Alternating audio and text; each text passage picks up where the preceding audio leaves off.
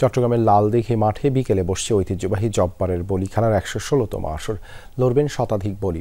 এরই মধ্যে প্রস্তুত লালদিঘি মাঠের অস্থায়ী মঞ্চ, যেখানে লড়তে দূর দূরান্ত থেকে এসেছেন বলিরা। খেলা ঘিরে বসেছে ৩ দিনের বৈশাখী মেলা, জমজমাট লালদিঘির আশেপাশের এলাকা। প্রতি বছরের মতো ঢাকা, খুলনা, রাজশাহী সহ দেশের বিভিন্ন স্থান থেকে পণ্য সামগ্রী নিয়ে এসেছেন বিক্রেতারা। মাটির তৈরি পণ্য, তৈজসপত্র, হস্তশিল্প, ফুল, ফল, খেলনা, খাবার, ফার্নিচার সহ হরেক রকম পণ্য নিয়ে বসেছে অনেক দোকান।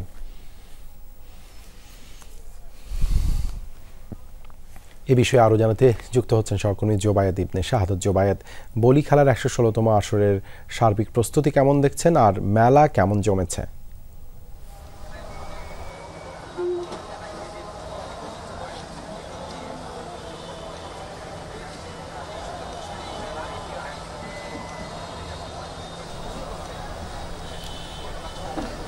দেবাশিস, প্রস্তুতি অনেকটাই সম্পন্ন হয়েছে। আমার পিছনে যে ময়দানটা দেখছেন, এই জায়গাটাতেই কিন্তু বলি খেলার যে প্রধান আকর্ষণ বলি খেলা, সেটা এই জায়গায় শুরু হয় এবং মঞ্চটা প্রস্তুত হয়ে গেছে।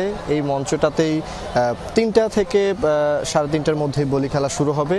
আর এই জায়গাটার পাশাপাশি পুরো এলাকা জুড়ে প্রায় ৩ থেকে ৪ কিলোমিটার এলাকায় লালদিঘি ময়দানের আশেপাশে রাস্তা থেকে শুরু করে পুরো জায়গাটায় লোকারণ্য, বিভিন্ন রকম দোকানপাট বসেছে। দূর দূরান্ত থেকে তারা এসেছেন এবং তারা সকলেই বিভিন্ন রকম পণ্যের পসরা সাজিয়েছেন।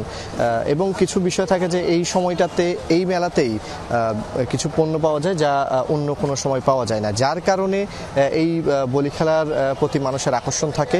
আজ শুক্রবার, জুমার নামাজের পর ভিড়টা আরও অনেক বাড়বে। এখন মোটামুটি যে ভিড়টা আছে সেটাও কিন্তু চোখে পড়ার মতো এবং মানুষজনের যে আনাগোনা একেবারে বলতে গেলে চারিদিকে জমজমাট।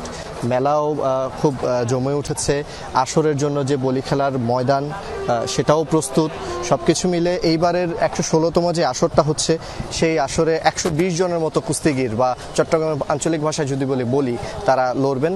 পাশাপাশি কিছু সৌজন্যমূলক বলিও হয়, যারা একে অপরের সাথে মজার ছলে বলি লড়েন, আবার অনেকে একে অপরকে চ্যালেঞ্জ করেন। সবকিছু মিলে চট্টগ্রামের যে ঐতিহ্যবাহী বলি খেলা, সেটার জন্য যে আমেজ, সেটা এখন থেকে শুরু হয়েছে এবং ৩টার পরে বলি খেলা যখন শুরু হবে, মূল আসরটা, সেটা কিন্তু আরও জমজমাট হবে। সেটা নিশ্চয়ই আপনাদেরকে দেখানোর সক্ষম হব। ধন্যবাদ জোবায়েদ, যুক্ত হবার জন্য।